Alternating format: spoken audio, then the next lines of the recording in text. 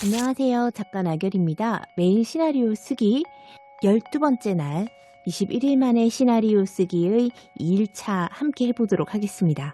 오늘은 첫 30페이지를 쓰는 것에 대한 이야기 나눠보겠습니다.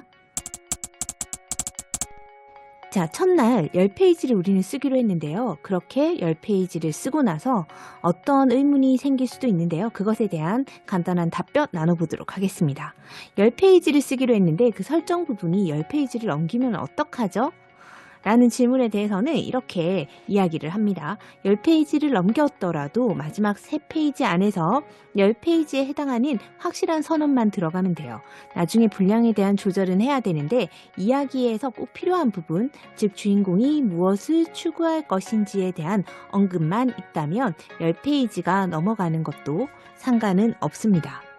설명은 어떻게 해야 될까요? 설명을 꼭 해야 될 것 같은데 모든 것을 보여줄 수 없을 때는 어떻게 해야 되나요? 자, 등장인물이 일어나서 말로 하려고 하니까 주어진 페이지 안에서 설명하기가 힘들어집니다. 그래서 말하지 말고 보여주는 방법을 사용해야 되고, 내가 이것을 보여줄 수 있을까? 어떻게 보여줄 수 있을까?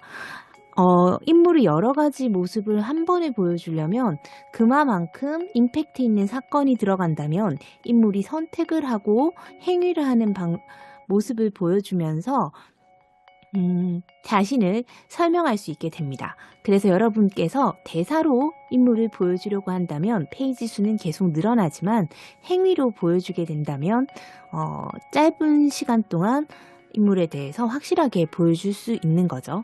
그래서 등장인물에 대해서 말하지 말고 보여주는 방법을 사용하시면 되겠습니다. 다음 질문은 어떻게 초반에 모든 것을 다 보여주지 않으면서도 내 스토리를 말할 수 있을까요?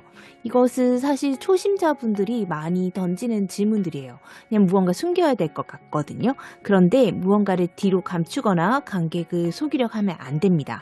그랬다가는 관객이 놓쳐버려요. 왜냐하면 우리는 흥미를 유발하는 정도의 설명과 그리고 아예 흥미를 잃게 만드는 설명 사이에서의 줄타기를 하는데 능숙하지 않아요. 그렇기 때문에 너무 빨리 많은 것을 보여주는 것은 추후에 가려줄 수 있지만 너무 늦게까지 적게 보여주는 것은 흥미를 잃게 하거나 뒤에 가서도 이야기의 개연성을 잃게 만드는 방법이기 때문에 너무 숨기려거나 새로운 방법으로 이야기를 끌고 나가려고 하시지 말고 관객이 볼 수 있도록 해주시는 것이 필요합니다. 다음 질문은 내 영화는 사랑 이야기인데 한 사람에 대한 것이 아니라 두 사람에 대한 이야기면 어떡해요? 자, 어쨌든 주인공이 두 사람이라고 주장하시는 분들이 있는데요. 사실은 스토리라는 것은 두 사람, 세 사람 혹은 한 무리에 대한 이야기일 수도 있어요. 하지만 한 사람을 통해서 전달돼야 돼요. 그죠? 즉 예를 들면 바람과 함께 사라지다에서 많은 사람들, 남부 전체에 대한 스토리를 전하기 위해서 구축된 대서사시지만 오직 한 사람 스칼렛 오하라에 의해서 전해진다는 점에서 주인공은 사실 한 명이라고 보시고 아무리 여러분들이 만든 캐릭터 모두가 흥미롭고 마음에 드신다 하더라도 그들을 다 선택하지 않으시는 것이 필요하겠습니다. 다음 질문은 내 영화에 행동이 많을 때입니다. 그러니까 내 영화에 해야 될 행동이 많다고 생각하실 때예요. 주인공이 비행기에서 내려서 택시를 타고 고속도로를 달려서 영화 제목이 나타날 때쯤이야 비로소 집에 도착하고 거기서 사건이 벌어지게 되는데 그 많은 일상의 행동들, 그가 어떤 일이 벌어지기 전에 어떻게 살았느냐를 보여주는 그런 행동들에 대해서 어떤 건 걸러내고 어떤 것은 걸러내지 말아야 될지 헷갈린다는 질문을 할 때가 있습니다. 그에 대한 답은 이렇게 말씀을 드릴 수 있겠습니다. 이야기에서 우리가 만드는 것들은 행동과 움직임이 있습니다. 행동은 액션이고 움직임은 무브먼트죠. 그죠? 스토리상에서 어떤 의미를 가지는 움직임이라면 그것을 보여주는 것은 괜찮아요. 근데 스토리를 쌓아가는데 도움이 되느냐, 어떠한 정보를 전달하느냐, 아니면 스토리와 별개로 인물을 설명하기 위해서 설정하신 것인가? 그것을 잘 고민하셔야 돼요. 좋은 액션, 즉 우리는 움직임이 아닌 행동을 적어야 되는데, 그죠? 스토리상에서 그것은 의미를 가지고 이야기를 진행시키는 행동일 때만 우리는 그것을 쓸 수 있다라는 기준으로 생각해 보시면 되겠습니다. 미스테리 영화를 쓰고 있을 때 단서들은 어떻게 제시하면 좋겠습니까? 라는 질문을 하실 때가 있어요. 미스테리 영화의 설정 부분은 굉장히 중요하죠. 그랬을 때 이렇게 생각해 보라고 합니다.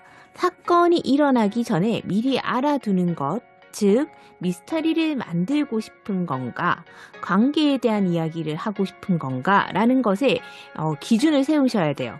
어떤 범죄 영화든 미스터리 영화든 사람에 대한 이야기를 하시고 싶을 때가 있고 사건에 대한 이야기를 하실 때가 있죠. 만약에 미스터리 자체를 만들고 싶은 거라면 범죄를 밝히거나 오롯이 숨기는 것에 집중하셔야 됩니다. 그런데 이게 누구 짓인지, 왜 하게 됐는지 이런 것을 먼저 그런 것에 관심이 있으시다면, 즉 미스테리를 읽는 것을 매우 좋아하는 쪽이라면 범죄 하나를 설정하고 유능한 해결사를 두고 그 해결사에 살해 붙이는 데 모든 노력을 기울인 다음에 미스테리를 그가 풀어주는 것을 따라가면서 만일 이런 상황일 때 내가 만든 이 해결사라면 어떻게 행동할까라는 것을 바탕으로 이야기를 전개해 나가면 되기 때문에 이런 경우에는 앞부분에 사건에 대한 설정보다는 사람에 대한 설정에 좀 더 집중하시면 되겠습니다. 자, 그럼 일단 첫째 날에 여러분이 10장 설정 부분을 쓰고 가지실 질문에 대해서 이야기 나눠봤고요. 다음은 이제 말보다 행동을 할 때죠. 이제 첫째 날에 쓴 것을 읽어보면서 둘째 날을 시작해 보도록 하겠습니다. 첫째 날에 초고를 읽는 방법은 다음과 같습니다. 처음에 10장을 읽겠죠. 그렇지만 평가하지 마세요. 이게 잘 쓴 건가? 못 쓴 건가? 될 만한 이야기인가? 아닌가라는 것을 질문하기에는 굉장히 분량도 작고 알 수가 없어요. 그래서 이런 질문에 대한 답을 해보시면 돼요.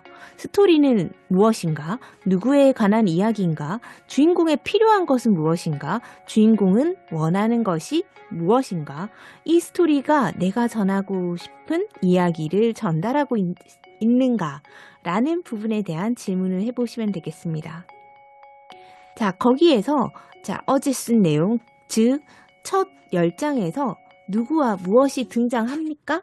그게 굉장히 중요한 포인트입니다. 누구와 무엇이 등장하고 그걸로 영화의 카피 문구가 떠오른다면 정말 명확하게 쓰여진 거지만 아직 명확하게 보이지 않고 내가 정한 카피 문구가 앞 10장에서 관계없는 이야기처럼 보인다면은 그 단락을 다시 조정하셔야 됩니다. 자, 그럼 처음 10페이지가 다음 10페이지를 이끌어내는 방법에 대해서 알아보도록 하겠습니다. 이제 우리는 30페이지를 둘째 날에 써야 되는데요. 처음 10페이지를 통해 많은 것을 알게 됐어요. 어떤 세계를 설정해 놓았든 그 세계를 다시 그 위에 세계를 쌓아 올려야 됩니다. 30페이지까지 어디에 도달해야 되는지 떠올려 보세요. 30페이지는 여러분의 주인공이 어떤 반응을 보여야 되는, 즉 반응을 보이지 않으면 안 되는 사건이 벌어지는 곳이에요.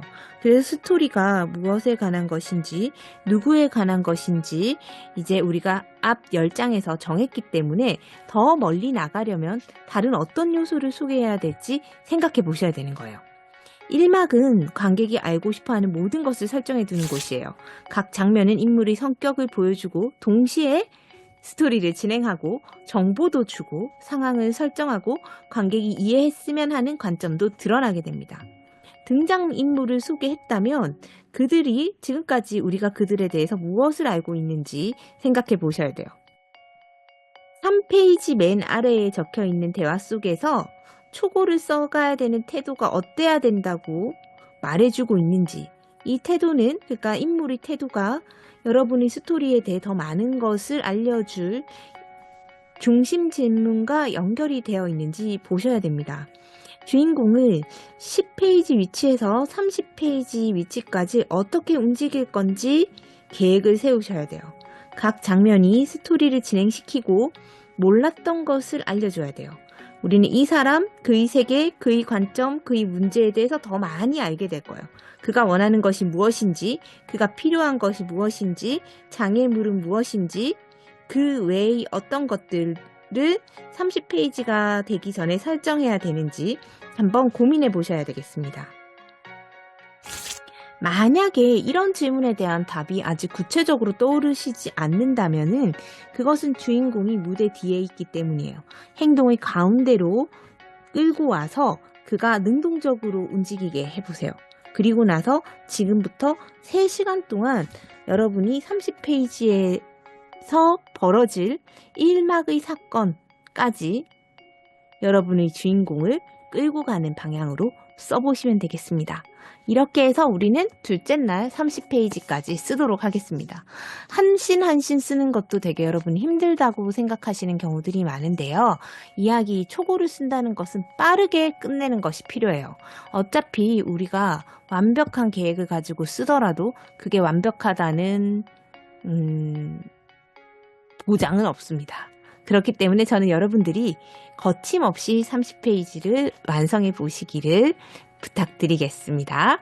그럼 그렇게 기대하면서 다음 시간에는 셋째 날 무엇을 해야 되는지 함께 나눠보도록 하겠습니다. 영상 봐주셔서 감사드리고요. 함께 성장했으면 좋겠습니다. 감사합니다.